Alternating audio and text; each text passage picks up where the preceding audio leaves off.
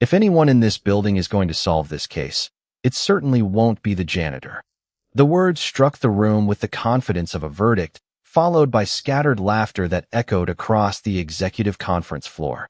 No one noticed that the woman pushing the gray cleaning cart never looked offended. She simply paused beside the glass wall, one hand resting on the handle of her mop, her calm brown eyes drifting toward the evidence board covered with photographs, financial charts, security stills, and timelines that had consumed the company's brightest minds for the past 9 days. Maya Brooks had spent almost every night polishing these marble floors after everyone else had gone home, and during those quiet hours, she had learned something most executives never did. Buildings talked. Elevators had rhythms. Offices carried habits. Coffee stains told stories. Even silence had patterns if someone cared enough to notice them. Horizon Dynamics, one of the largest cybersecurity firms in America, had never experienced a disaster like this before. Their chief innovation architect had vanished without warning. Confidential files worth hundreds of millions of dollars disappeared from secured servers. Internal security found no forced entry, no damaged hardware, no suspicious fingerprints, and no useful surveillance footage. Federal investigators had reviewed every possible angle. Outside consultants charged enormous fees only to reach the same frustrating conclusion. It was impossible. Every meeting ended with more questions than answers, and every passing hour sent the company's stock lower.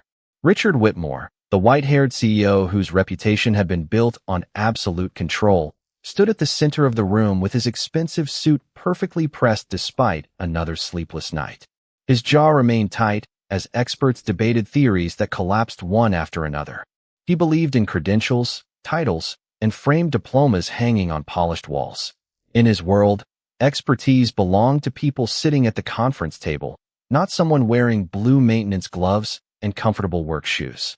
As Maya quietly replaced a trash liner near the doorway, one of the analysts accidentally dropped a folder. Several photographs scattered across the polished floor, sliding until one stopped against the wheel of her cleaning cart. She bent down, picked it up carefully, and before handing it back, her eyes lingered for only a second longer than anyone expected. That single second was enough. She noticed something so ordinary that everyone else had ignored it completely. Not the missing executive, not the encrypted files, not the expensive security system. Something smaller, something almost invisible. Richard noticed her staring and frowned immediately. "You planning to solve it while you're cleaning?" he asked with a smile that invited the room to laugh again. Several executives exchanged amused glances. One even shook his head before whispering, "Maybe she watches too many detective shows." Maya remained composed. She handed the photograph back without raising her voice. "No, sir," she answered softly. "I'm just wondering why everyone keeps looking at what disappeared instead of what never moved." The laughter faded almost instantly. Nobody replied. Richard's confident smile held for another heartbeat before curiosity quietly challenged his certainty, and for reasons he couldn't explain, he found himself looking back at the evidence board exactly the way the janitor had. Maya Brooks had learned long ago that people rarely noticed the person carrying the mop bucket until the floor reflected their own shoes. Every evening at exactly 6:30, after the executives disappeared into private elevators and the reception desk grew quiet, she began the same routine with patient precision. She emptied wastebaskets, polished fingerprints from glass walls, wiped conference tables until they reflected the ceiling lights, and guided her cleaning cart through hallways that smelled faintly of fresh coffee and expensive leather. Most employees nodded politely without asking her name. Others walked past as though she were another piece of office furniture. Maya never complained because years earlier life had taught her that dignity did not require an audience. Before illness changed everything, she had been studying forensic accounting at a state university outside Atlanta. Numbers fascinated her because they behaved like people. Honest ones lined up neatly. Dishonest ones always left tiny footprints behind. During her 3rd year, her mother was diagnosed with a chronic heart condition that required constant treatment. Medical bills multiplied faster than scholarships could cover them. Maya quietly withdrew from school, found 2 jobs, and promised herself she would return one day. That promise stayed folded inside the back pocket of her wallet beside an old student identification card that had faded around the edges. She never mentioned it because no one ever asked. Even after years away from the classroom, her curiosity never disappeared. She borrowed books from the public library, watched lectures online after midnight, and filled worn notebooks with observations about logic, behavioral psychology, and financial fraud. She believed every mystery had an answer if someone looked long enough at what everyone else ignored. That habit followed her into Horizon Dynamics. While polishing conference rooms after midnight, she noticed which executives always arrived early, which ones preferred paper over tablets, which coffee mugs never changed desks, and which office lights stayed on long after meetings ended. She did not spy on people. She simply paid attention. Patterns became familiar companions during long, quiet shifts. On the morning after the uncomfortable exchange inside the executive conference room, whispers traveled through every department faster than official announcements.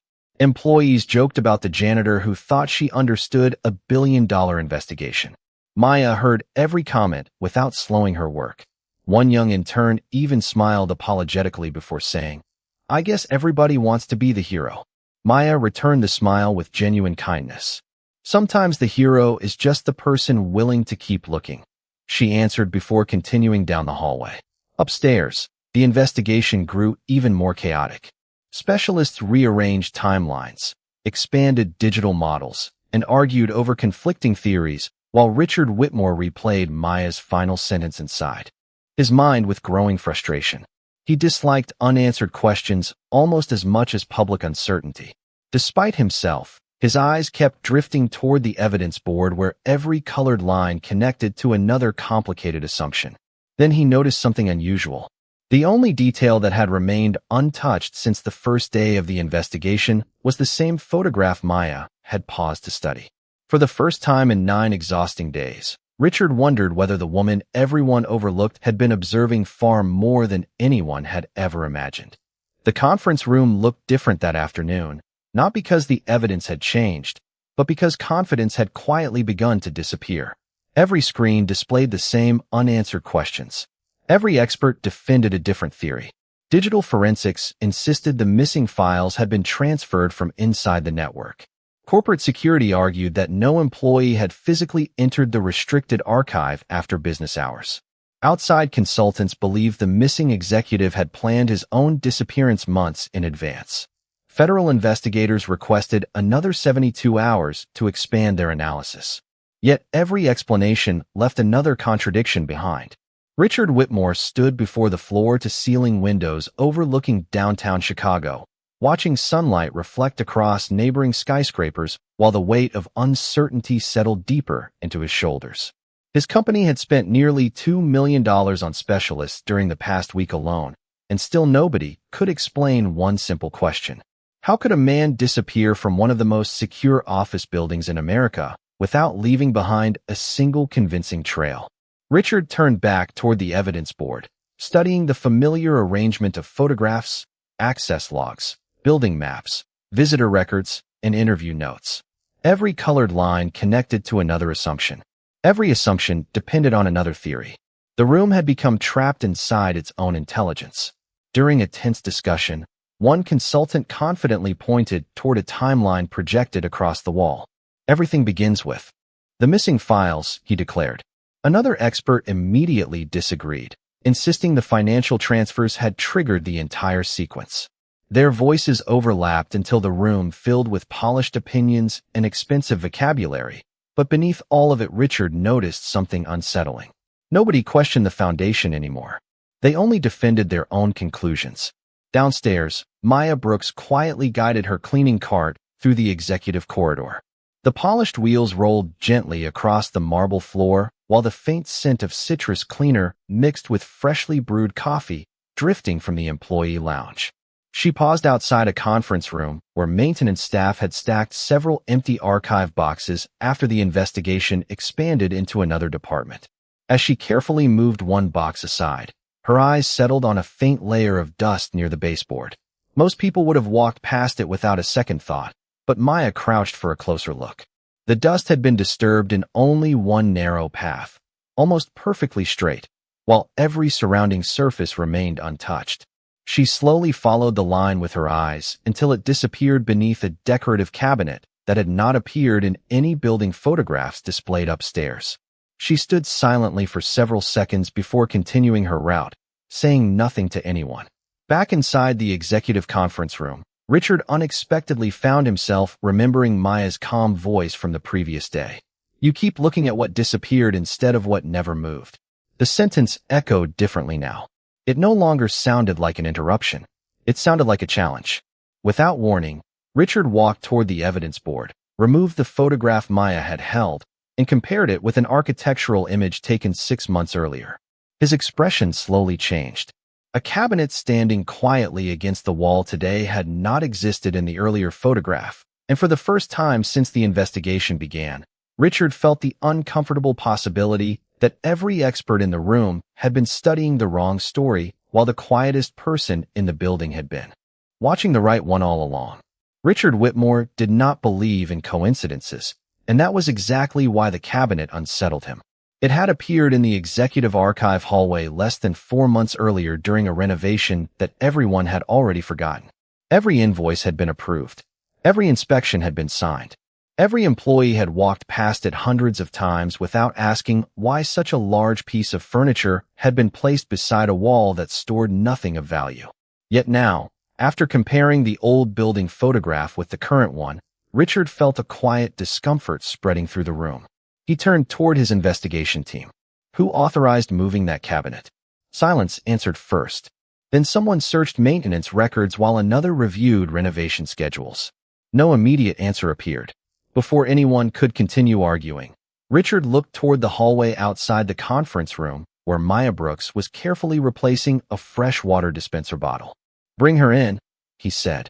Several executives exchanged confused looks. One consultant frowned openly. "Sir, with all due respect, we are in the middle of a federal-level investigation." Richard never took his eyes off the hallway. "Then perhaps it is time we hear from someone who has actually been paying attention." A few moments later, Maya entered quietly, still wearing blue maintenance gloves and her employee badge hanging from a simple black lanyard. She stood near the doorway without attempting to sit at the polished conference table. The atmosphere felt heavier than before. Some people looked curious. Others looked annoyed. Richard folded his arms.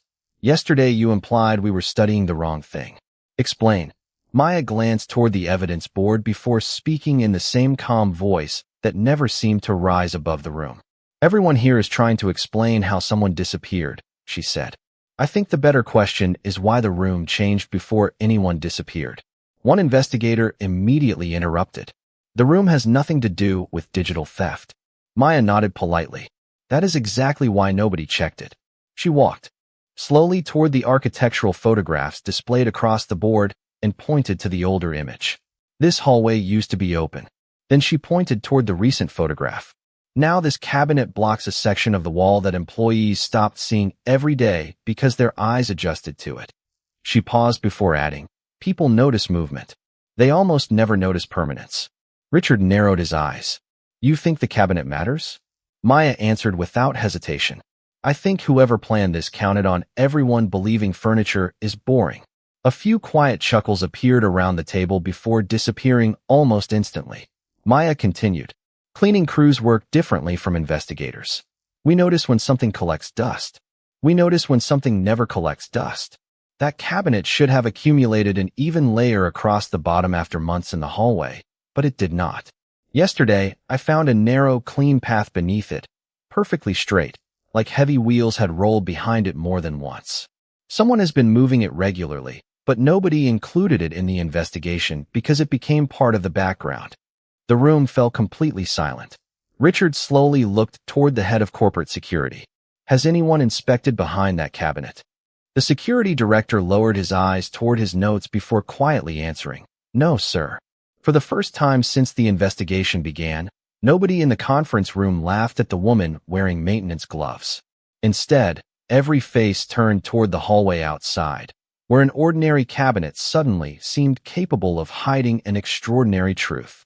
Within minutes, the quiet executive hallway filled with people who had spent days searching for answers everywhere except the place directly in front of them. Corporate security arrived first, followed by investigators carrying cameras, flashlights, and digital scanners. Employees watched from behind glass office walls, whispering as the large decorative cabinet became the unexpected center of attention. Richard Whitmore stood with his hands folded, saying nothing while the security team carefully rolled the cabinet away from the wall. The polished marble beneath reflected bright ceiling lights, revealing a narrow set of faint wheel marks exactly where Maya Brooks had described them. One investigator immediately crouched beside the floor, measuring the distance with a laser tool before looking back toward the team. "These tracks are recent," he said quietly. "Much more recent than the renovation." Another specialist examined the wall itself and frowned. Hidden behind the cabinet was a maintenance access panel that did not appear on the architectural drawings currently displayed in the conference room. Someone had covered it with matching paint so perfectly that it blended into the surrounding surface. A wave of uneasy silence moved through the hallway. Richard looked toward Maya, but before he could speak, one of the outside consultants folded his arms with visible frustration. "Finding an access panel does not solve the investigation," he said. "It is an interesting coincidence, nothing more." Several others nodded in agreement, relieved to return to familiar assumptions. Maya remained completely calm. She did not argue. Instead, she slowly walked toward the cabinet and gently touched the lower edge with one gloved hand. "May I ask one question?" she said. Richard gave a short nod. Maya looked directly at the consultant. "If this cabinet has been moved often enough to leave fresh wheel marks, why is there no matching wear pattern on the front where people would normally push it?" The consultant hesitated. Nobody answered. Maya continued in the same steady voice. "Because nobody pushed it from the hallway. Someone moved it from behind." The hallway became perfectly still. Every eye shifted toward the hidden access panel. Security officers carefully opened it, expecting to find little more than electrical wiring. Instead, they discovered a narrow service corridor running behind several executive offices, a passage originally built decades earlier for maintenance crews before later renovations concealed its entrance. Fresh footprints marked the dust along the concrete floor. Not many, just enough to prove recent activity. One investigator slowly removed his glasses and whispered, "This corridor is not on any of our investigation maps." Richard felt the weight of those words settle heavily across the hallway. 9 days of expensive theories had overlooked a hidden route inside his own headquarters. Yet even then, Maya quietly shook her head. "This is only part of it," she said. Richard turned toward her with growing respect mixed with confusion. "You still think we are missing something?" Maya looked beyond the corridor toward the evidence board visible through the conference room doors. "Yes, sir. Whoever used this passage wanted everyone to discover it eventually. Real secrets are never hidden behind the first locked door. They are hidden behind the explanation that feels too satisfying." The investigators exchanged uncertain glances. The excitement of finding the concealed corridor quickly gave way to another uncomfortable realization. Maya was not celebrating. She was warning them that the biggest mistake was about to happen if they stopped asking questions too soon. The excitement that swept through Horizon Dynamics slowly dissolved into something quieter, heavier, and far more dangerous. Investigators spent the next several hours documenting every inch of the hidden service corridor, photographing footprints, collecting maintenance records, and comparing building plans that had not been opened in years. Yet despite the discovery, the missing executive remained missing. The confidential files were still gone, and every promising lead eventually reached another dead end. One by one, conversations grew shorter. Laptops closed. Whiteboards filled with arrows and notes stopped changing. Outside the conference room, evening settled over downtown Chicago, painting the glass towers with soft shades of amber and blue. Office lights reflected across polished marble floors while the city beyond the windows slowly transformed into a sea of tiny moving headlights. Long after most employees had gone home, Maya Brooks quietly resumed the work she had never stopped doing. She filled a fresh bucket with warm water, guided her cleaning cart through the silent executive hallway, and slowly swept the damp microfiber mop across the smooth stone floor. The gentle sound of water sliding over marble became the loudest noise in the building. Every slow movement reflected the golden ceiling lights above, until the floor looked almost like still water. Richard Whitmore stood alone near the conference room entrance, watching without speaking. For the first time in many years, he realized he had no meeting to attend, no presentation to give, and no confident answer for the board waiting for updates. He simply watched the woman he had dismissed continue working with the same patience she had shown before anyone listened to her. Maya noticed him standing there, but kept moving the mop in steady lines.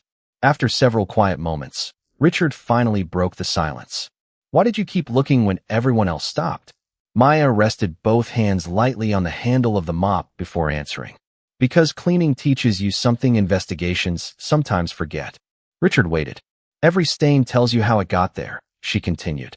"But sometimes the cleanest spot in the room is the one that deserves the most attention." Richard slowly looked across the perfectly polished hallway. The reflection beneath his shoes was almost flawless.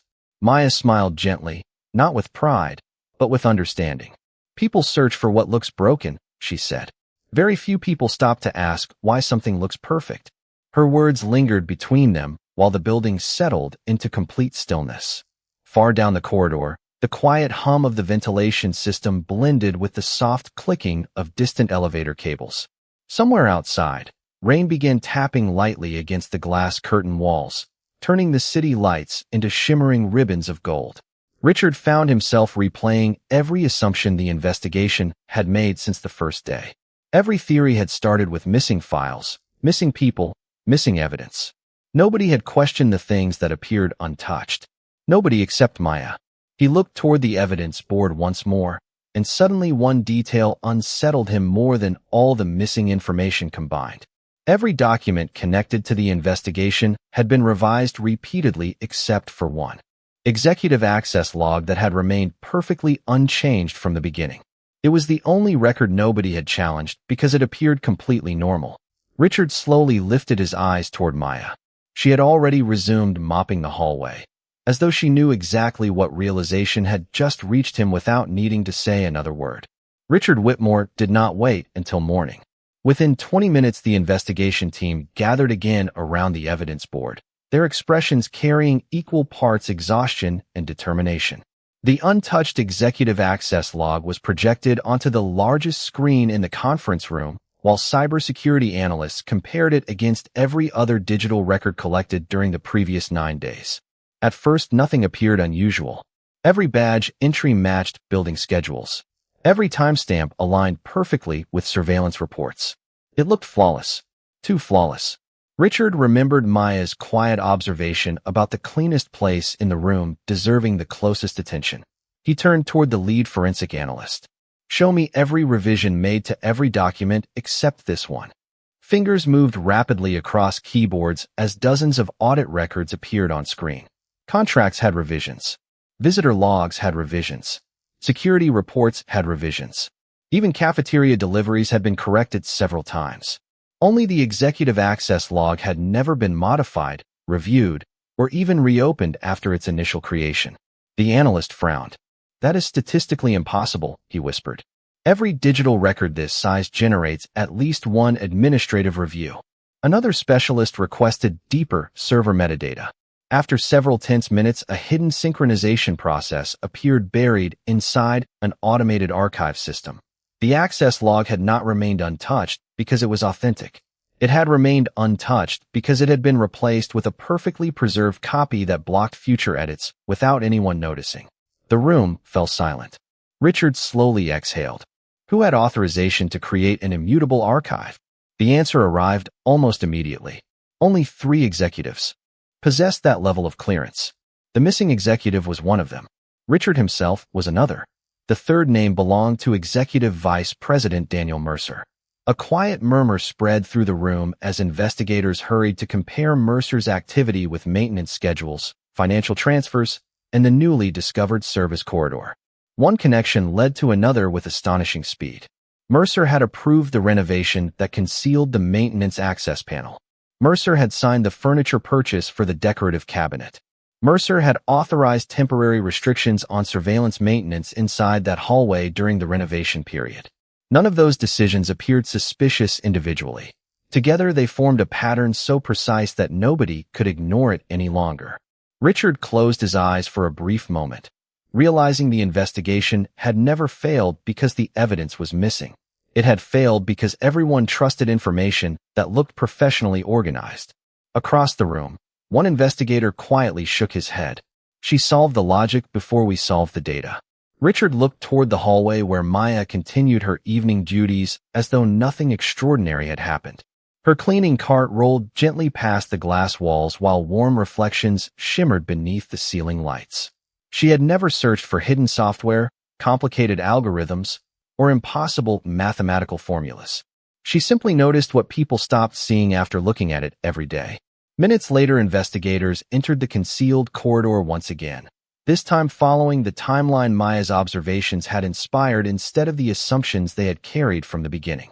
Inside a locked maintenance storage room connected to the hidden passage, they discovered secure backup drives, renovation documents, and enough evidence to explain exactly how confidential company information had been quietly removed without attracting attention. Nobody cheered. Nobody celebrated. The overwhelming emotion inside the conference room was something much quieter. It was humility. Richard stood motionless before the evidence, bored, remembering the laughter that had filled the room when Maya first spoke. Now the same room could not find a single word. The following morning felt unlike any other morning Horizon Dynamics had ever known. The building still welcomed employees with polished glass, quiet elevators, and the familiar scent of fresh coffee drifting through the lobby, yet something invisible had changed. Conversations were softer. Smiles were more thoughtful. People who had rushed past one another every day now slowed their steps, as though they had all learned the same lesson overnight. Maya Brooks arrived at 6:30 as she always did, wearing the same neatly pressed maintenance uniform, the same comfortable work shoes, and the same employee badge that had opened countless service doors without ever opening opportunities. She parked her cleaning cart beside the reception desk, filled her bucket with warm water, and began wiping the marble entrance before the first executives arrived. She expected another ordinary shift because extraordinary moments had never changed the way she viewed honest work. A few minutes later, the sound of approaching footsteps echoed across the quiet lobby. Maya looked up and saw Richard Whitmore walking toward her alone, without assistance, without security, and without the confident stride that had once commanded every room he entered. He stopped beside her cleaning cart and remained silent for several seconds, carefully choosing words that carried more weight than any speech he had ever delivered to shareholders. "Miss Brooks," he said gently, "I owe you an apology." The receptionist looked up in surprise. Two security officers paused their conversation. Even employees entering through the revolving doors slowed their pace. Richard continued without lowering his eyes. "When you spoke, I only saw your uniform. I never saw your character, your discipline, or your intelligence. I believed your job defined the value of your ideas. I was wrong." The lobby became completely still. Maya rested the cleaning cloth beside the bucket before answering with the same quiet composure she had shown from the beginning. "Thank you, sir." Richard reached into a leather portfolio and removed an official letter bearing the company seal. "Our board unanimously wants to offer you a position on the Corporate Investigations Division. Your observations changed this company. Your judgment protected people who never realized they needed protecting." Maya accepted the envelope but did not open it immediately. Instead, she looked around the bright lobby where sunlight streamed through the towering glass walls, illuminating every polished surface she had spent years cleaning. She smiled warmly before speaking words that nobody in the building would forget. "I am grateful for the opportunity," she said, "but I hope yesterday teaches us something even more important than solving one investigation. Respect should never arrive after someone proves they are brilliant. It should exist before anyone has to prove anything at all." No one responded because no one could improve upon what she had just said. Richard slowly nodded, understanding that her greatest contribution had never been solving a complicated investigation. It had been exposing a far deeper failure inside the culture of the company itself. Throughout the rest of the morning, employees greeted Maya by name for the first time. Analysts held doors open for her. Managers thanked her for work they had ignored for years. None of those gestures erased the past, but together they marked the beginning of something quieter and more meaningful than recognition. They marked the beginning of genuine respect, freely given rather than earned through impossible circumstances. 1 week later, the first light of morning spilled across the glass exterior of Horizon Dynamics, turning every window into a mirror that reflected the awakening city. The revolving doors opened with their familiar whisper as employees arrived carrying briefcases, travel mugs, and the quiet determination that always accompanied the beginning of another workday. Yet something inside the building had changed in ways no renovation could ever accomplish. Maya Brooks stepped through the employee entrance at exactly 6:30, just as she had every weekday for years. Although the board had officially welcomed her into the Corporate Investigations Division, she had asked for one final morning to finish the route she had always considered her responsibility. She gently rolled her familiar cleaning cart through the lobby, filled the bucket with warm water, and began polishing the marble floor one last time. The smooth surface slowly transformed into a clear reflection of the rising sun pouring through the towering windows. As she moved across the lobby with calm, practiced motions, people who had once hurried past without looking now greeted her by name. A young software engineer smiled and said, "Good morning, Miss Brooks." The receptionist thanked her for everything she had done. Even the overnight security officer tipped his cap with quiet respect. None of them did it because of the investigation. They did it because they finally understood that every person deserved to be seen long before extraordinary circumstances revealed extraordinary abilities. A few minutes later, Richard Whitmore entered the lobby carrying a small cardboard box instead of his usual leather briefcase. Without saying a word, he placed it beside Maya's cleaning cart. Inside rested her old student identification card, carefully preserved inside a simple wooden frame beneath a brass plate engraved with a single sentence. Character notices what pride overlooks. Maya looked at the frame for a long moment before smiling gently. Richard stood beside her, not as the powerful executive who once measured people by titles, but as a man who had learned that wisdom sometimes arrived wearing work gloves instead of expensive suits. "Thank you," he said quietly. Maya looked across the bright lobby where sunlight danced across the polished floor she had cleaned so many mornings before. "Do not thank me for seeing what others missed," she replied softly.